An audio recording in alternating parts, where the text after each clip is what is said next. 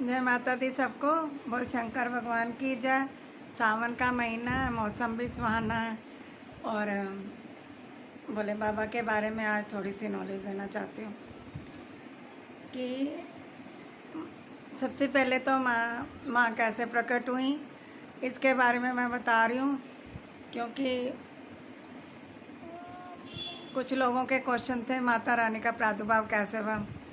तो माता रानी का प्रादुर्भाव ऐसे हुआ था कि जब कोई भी सृष्टि पे नहीं था, चारों तरफ अंधेरा था, कुछ भी नहीं था, उस समय शंकर भगवान जी ने अपने अंग से एक शक्ति शक्ति पैदा की थी जो उनसे कभी भी अलग होने वाली नहीं थी और उनके अंगों से कभी अलग नहीं होने वाली थी। वो हमेशा उनके साथ ही रहती थी और ना कभी अलग हो सकती है। और उस शक्ति को माँ जगदम्बा का नाम दिया गया। और माँ जगदम्बा की 8 भुजाएँ हैं, अस्त्र शस्त्रों से सुसज्जित है, शेर की सवारी है। तो ये शंकर भगवान जी के अंगों से उत्पन्न हुई थी। माता दुर्गा उनके अंगों से उत्पन्न हुई थी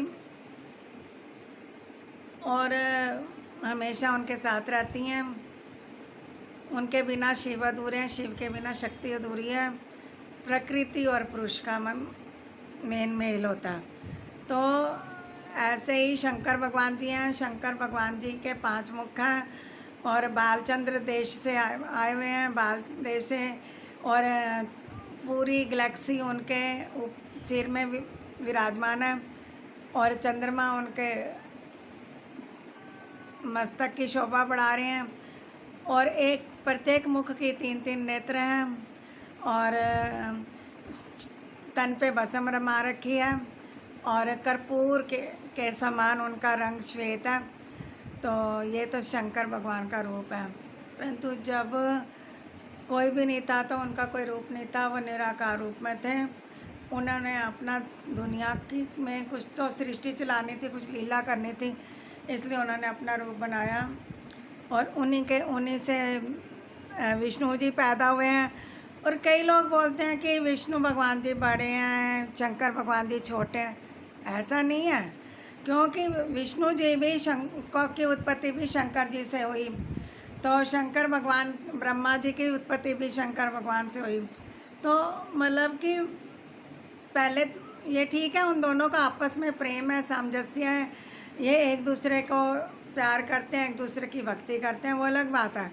परंतु दोनों ही तीनों ही एक है। ब्रह्मा विष्णु महेश तीनों ही एक है। प्रणवाक्षर के मध्य ये तीनों एक है। ब्रह्मा विष्णु सदाशिव जानत अविवेका, क्योंकि ब्रह्मा विष्णु को विवेक ही नहीं है, उनको समझ ही नहीं है। तो एक ऐसा प्रणव अक्षर जिसे ओंकार कह सकते हैं, ओम कह सकते हैं, उसके अंदर ये तीनों की शक्ति एक ही में समाई हुई है। तो इसलिए वीडियो थोड़ी छोटी बनाऊंगी क्योंकि मेरे भी फ़ोन में स्पेस नहीं है। उसके आगे बताएंगे कि हम सृष्टि कैसे बनी, सृष्टि में कैसे जीव पैदा हुए। जब सृष्टि बनाई थी शंकर भगवान जी ने ब्रह्मा जी को बोला, शंकर भगवान जी सृष्टि बनाओ, तो उन्होंने बहुत बड़े बड़े जीव पैदा होते ही बना लिए थे। उनके अंदर बहुत ही कामुकता पैदा हुई थी और वो अपने मतलब कि बहन भाई किसी भी माता पिता का कोई भी रिलेशन को पवित्र नहीं मानते थे, वो एक दूसरे से संबंध बना लेते थे। इस वजह से उन्होंने फिर भगवान शंकर ने ऐसा ब्रह्मा जी को सुझाव दिया कि मनुष्य की 3 अवस्थाएं होनी चाहिए, 3 अवस्था होनी चाहिए, बाल्यावस्था, यौवन अवस्था और वृद्धावस्था। बाल अवस्था में बच्चा खेलेगा, उसको दीन दुनिया की कोई खबर नहीं होती, वो भगवान का रूप होता है। युवावस्था में उसके अंदर काम भावना आएगी, घर गृहस्थी को चलाने की उसकी समझ आएगी। और वृद्धावस्था और बुढ़ापे के बाद वो उसका जीवन का अंत।